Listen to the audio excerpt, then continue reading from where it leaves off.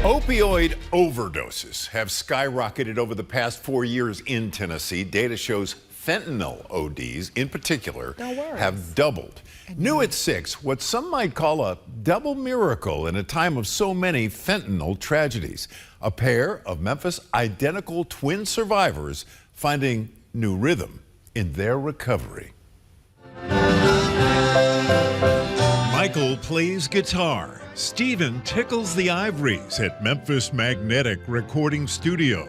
So once we got, sober and we were able to be in a position where we could come to an amazing studio like this and kind of finally bring our dreams into fruition. That's another dream of all of this. We've always wanted to make a proper album in a great recording studio. The Kline brothers, age 46, create original melodies and lyrics that tell their addiction and ultimate recovery story that includes every drug under the Memphis sun.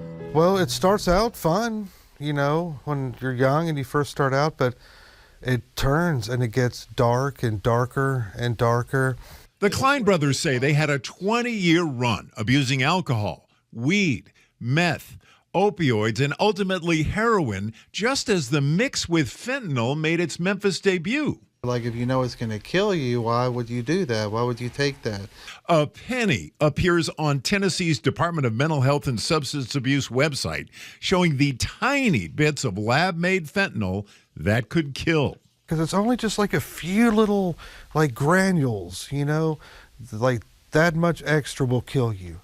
It's just so delicate. In Tennessee, fatal overdoses involving fentanyl reached an all-time high in 2023, according to the most recent data available.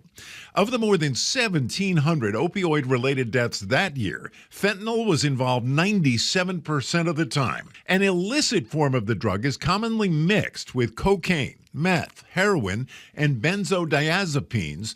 It nearly killed the Klines. It's cheap and it's plentiful and it's coming from wherever it's coming from. But if that's your thing, like we were talking about addiction, if that's your thing, if that's your high, you just don't care because you can't imagine life with it or without it. And, there was a time he overdosed and it was on my stash, so I would have had that guilt for the rest of my life. And fortunately, they Narcaned him 3 times. The Klines shed light on the twisted nature of addiction. Stephen's severe overdose and near death on fentanyl made Michael run toward the drug instead of away from it. But my first thought was, how can I get more of that? Because it's strong, and I'll just use less. The Kline brothers ultimately became homeless, strung out, broke, and desperate. And we had always said when things get to that point of no return where there's just no hope, we're going to do a twin suicide. Fortunately, they called a suicide hotline instead. And he said, go to the nearest hospital, tell them what's going on. They have to help you. The Klines went for help.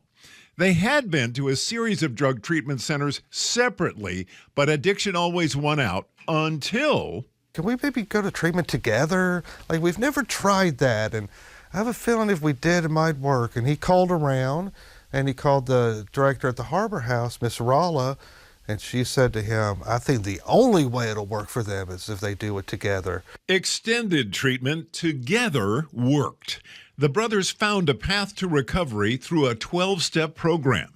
So we just did what we were told, go to meetings, get a sponsor, work the steps, your life will change beyond anything you can imagine. And we chose to believe that it would work, and it does. It does. It's crazy. The brothers have now been sober for 7 years. Their twin redemption, a song of gratitude they'll keep singing in hopes the melody catches on.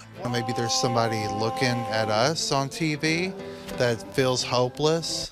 There is hope. There's a lot of help in Memphis. You just got to want it.